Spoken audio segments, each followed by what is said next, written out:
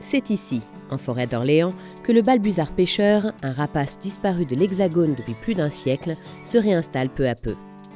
Un retour qui atteste du bon état écologique de la plus grande forêt domaniale de France. Cette espèce menacée fait l'objet d'une attention particulière de la part des naturalistes et des équipes de l'ONF qui ont su adapter la gestion de la forêt pour assurer la quiétude des balbuzards. Le balbuzard est un grand rapace, consommateur de poissons. C'est une espèce qui avait été éradiquée de France comme de beaucoup de pays d'Europe, justement parce qu'il consomme du poisson et que l'homme lui faisait la chasse. Il est revenu spontanément ici en forêt d'Orléans, niché au début des années 80. C'est un rapace libre et sauvage, indispensable à l'écosystème. Il fait partie d'un écosystème fluvial équilibré et à ce titre, il doit absolument être préservé. Le travail lié à la protection de cette espèce, c'est avant tout un travail d'observation. Observer au retour des animaux, voir quel oiseau occupe cette aire et mettre en place des mesures de protection. On va s'interdire à proximité de ce nid toute intervention, tout travaux, qu'ils soient manuels ou mécanisés. Parmi les actions que l'on met en œuvre, c'est justement d'avoir des îlots de vieillissement ou de sénescence dans lesquels on garde des arbres âgés où il peut trouver matière à se percher et à nicher.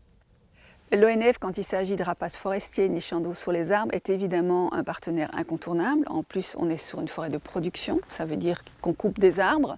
Et donc, c'est évidemment important d'être en contact avec les personnes qui gèrent le boisement pour pouvoir l'aménager à la marge, parce que le balbuzard demande simplement qu'autour de son nid, on ménage un petit îlot de quiétude. Les actions de préservation du balbuzard sont aussi mises en œuvre dans un projet appelé Objectif Balbuzard.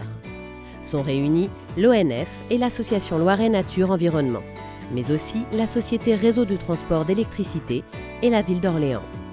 Tous œuvrent à protéger cette espèce, à l'étudier et aussi à sensibiliser le grand public. Pour cela, des caméras filment en continu 3 sites de nidification et sont accessibles à tout moment sur Internet. Les actions de sensibilisation ne s'arrêtent pas là. Et on a souhaité installer un lieu d'observation où les gens peuvent facilement voir l'oiseau, s'entraîner à voler, ils peuvent les voir se nourrir de poissons. C'est un endroit dédié, cela permet de garantir plus de calme aux oiseaux sur le reste du massif. En forêt d'Orléans, on est sur une trentaine de nids. C'est clair qu'on a certainement contribué à son maintien dans la forêt. On a changé la gestion forestière dans les parcelles occupées. Ça a permis certainement à de plus en plus de couples de s'installer pour arriver à la population qu'on a maintenant et qui est un noyau de population qui essaime, c'est-à-dire que tous les jeunes qui naissent ici reviennent s'installer autour de nous, autour de la forêt d'Orléans, mais plutôt forcément dans des zones pas encore occupées, parce que le balbuzard défend un petit peu son territoire.